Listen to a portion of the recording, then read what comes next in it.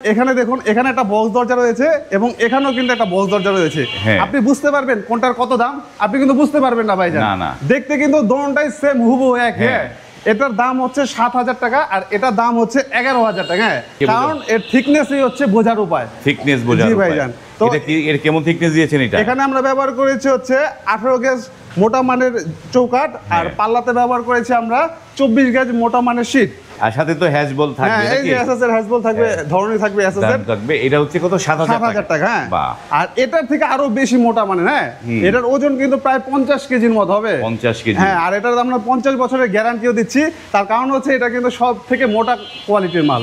এখানে আমরা ব্যবহার করেছি ১৬ গেজ চৌকাঠ আর পাল্লাতে ব্যবহার করেছি হচ্ছে ২২ গেজ ডিজাইন পাল্লা।